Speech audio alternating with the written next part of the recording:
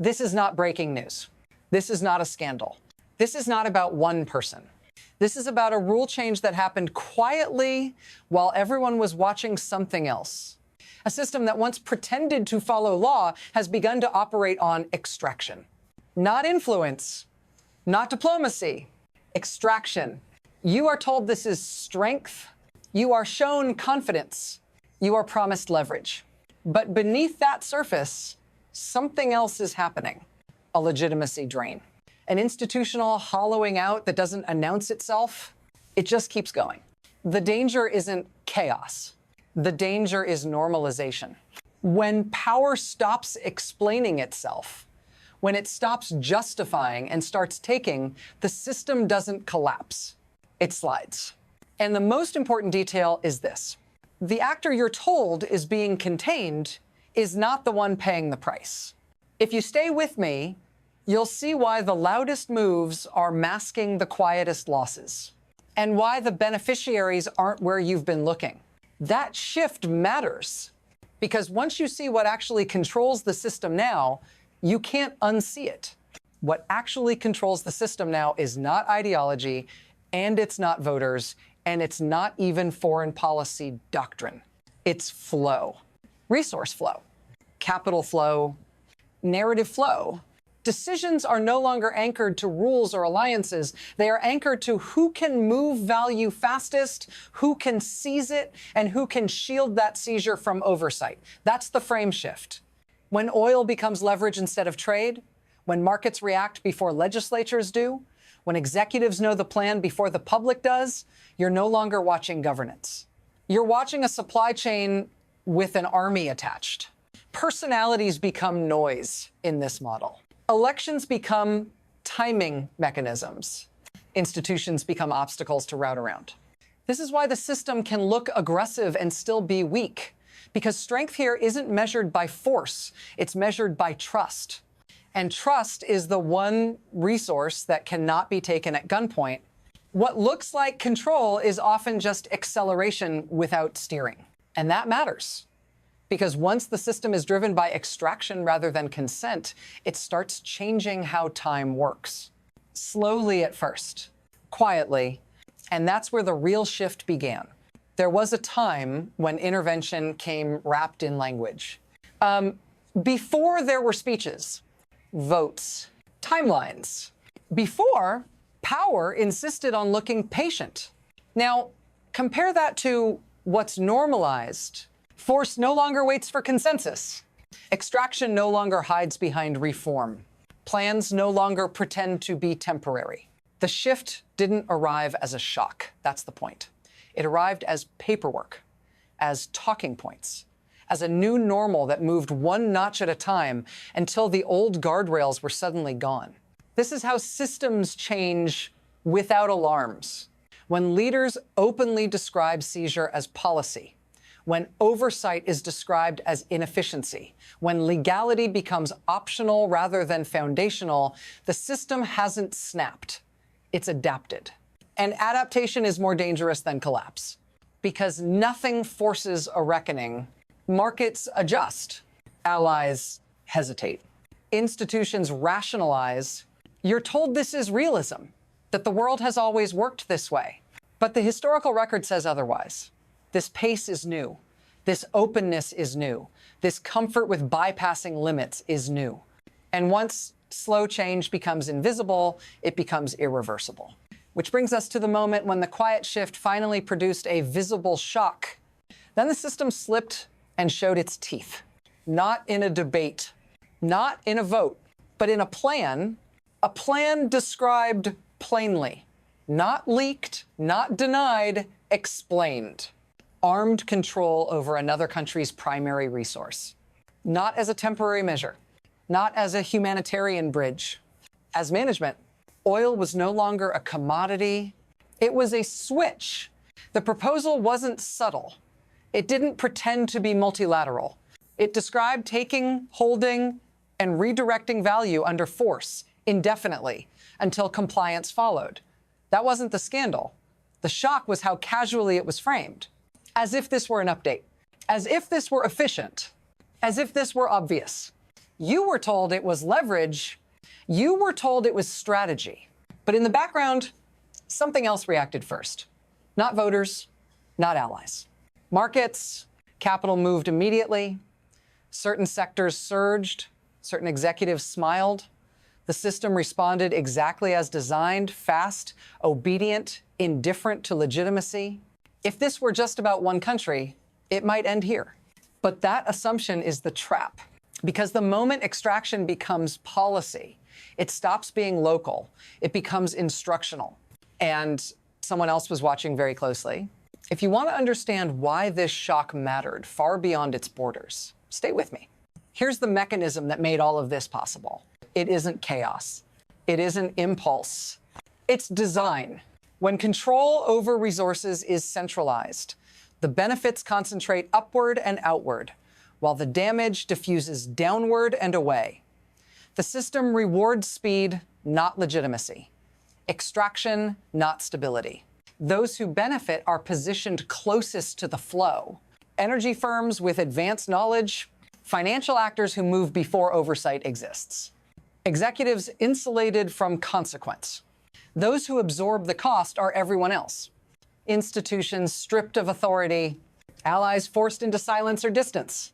Populations told the discomfort is temporary. This is how the system converts public power into private gain without formally declaring it. Oversight becomes friction, law becomes delay, accountability becomes optional. And here's the critical miscalculation. The target of the pressure isn't the one destabilized most. The shockwaves travel outward, not inward. They erode trust among observers, partners, and undecided states watching from a distance, which means the real transfer of power isn't happening where the force is applied. It's happening everywhere else. And once that realization sets in, the next rupture doesn't arrive slowly, it accelerates. Then it's sped up, no committees, no pose, no recalibration, just escalation. Assumptions collapsed one after another. That pressure would isolate the target, that control would create leverage, that rivals would feel the squeeze. They didn't. Energy didn't vanish, supply rerouted, prices adjusted. The system absorbed the hit and kept moving, and the actor meant to be weakened barely flinched because dependency had been misread, because resilience had been underestimated, because the model assumed scarcity where there was diversification. What did spike was something else. Diplomatic distance, quiet realignments, conversations that stopped including Washington. This is how acceleration looks in a system failure. Not explosions, not headlines, but momentum shifting faster than strategy can track. Every move meant to signal dominance instead advertised impatience. Every display of force reduced credibility. Every shortcut taught others how to route around you. And here's the part that should unsettle you. Once actors learn they can outlast pressure, they stop negotiating. They start planning for a world without you. That realization doesn't announce itself. It just locks in. And when it does, the cost stops being abstract. This is where it reaches you, not as theory, not as geopolitics, as consequence. You feel it when systems meant to protect you start serving something else, when oversight disappears quietly, when decisions that affect your future are made faster than you can question them. You are told this is about strength abroad, but the trade-off is internal. Money moves outward. Risk moves inward.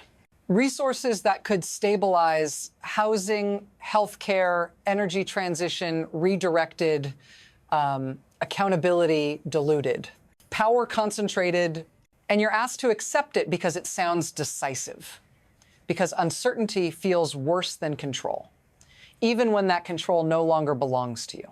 This is how the human cost hides, not in one dramatic loss, but in cumulative narrowing. Fewer choices, less voice, more volatility, dressed up as realism. If this feels distant, that's intentional. Distance keeps systems intact. But once you notice that your consent is no longer required for actions taken in your name, the frame breaks. If you think this matters, if you don't want these decisions normalized, stay with me. Share this. Keep watching. Because what's happening next doesn't stop at borders. It multiplies Once that shift goes global, it doesn't stay contained. It propagates. Other states watch closely, not for morality, for math. They measure cost, benefit, and predictability.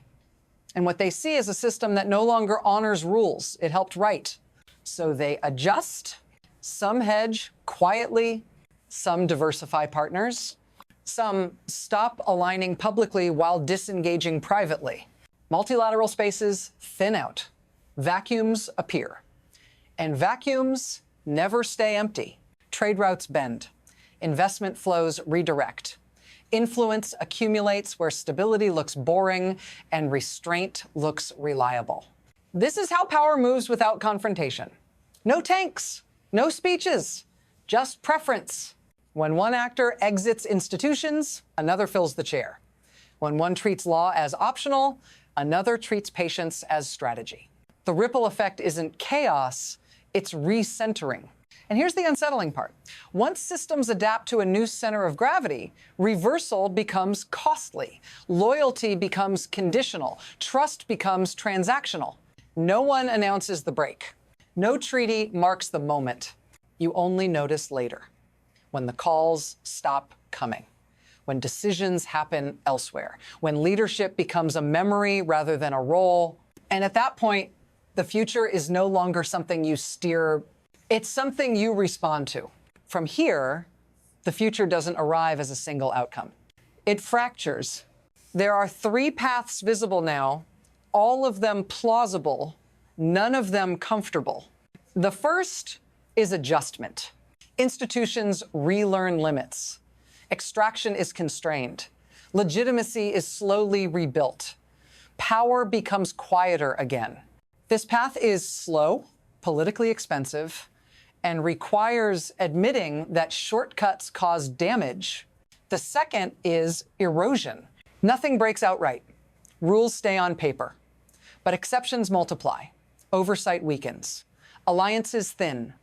Power still functions, but only intermittently. Trust decays faster than it can be repaired. The system keeps operating, just at lower resolution. The third is rupture. Pressure compounds. Resource control triggers retaliation. Law collapses under selective enforcement. Power blocks harden. The global order doesn't reform, it resets violently or abruptly around whoever can absorb the shock. What matters is that none of these paths are chosen deliberately. They emerge from momentum, from normalized extraction, from tolerated overreach, from silence when rules are bent just once more. Right now, the system is drifting between them, not deciding, accelerating. And the most dangerous thing about acceleration is that it feels like progress until direction suddenly matters. Which brings us to the part that isn't resolved yet. Because what happens next depends on what we're willing to notice and what we're willing to ignore. What I don't want to do here is reassure you, because reassurance is how systems finish breaking. What you've just seen is not a temporary deviation. It's a test of how much can be taken, of how openly power can convert itself into profit, of how quietly rules can be treated as optional before no one remembers they existed. The danger isn't that this fails. The danger is that it works well enough to repeat. Once extraction becomes policy, it doesn't need justification. It just needs momentum. And momentum doesn't ask permission. It carries forward until something stops it or until the system reorganizes around it. If that reorganization happens without scrutiny, the next version won't announce itself as radical. It will arrive as efficiency, as realism, as the new normal. And by the time consequences are undeniable, the architecture will already be set. So don't look for comfort here. Look for clarity. If you want to understand where this leads, how power consolidates next, how legitimacy is replaced, how silence becomes structure, stay with me. Subscribe, share this, watch what follows. Because the most important part of this story hasn't happened yet, and missing it won't make you safer.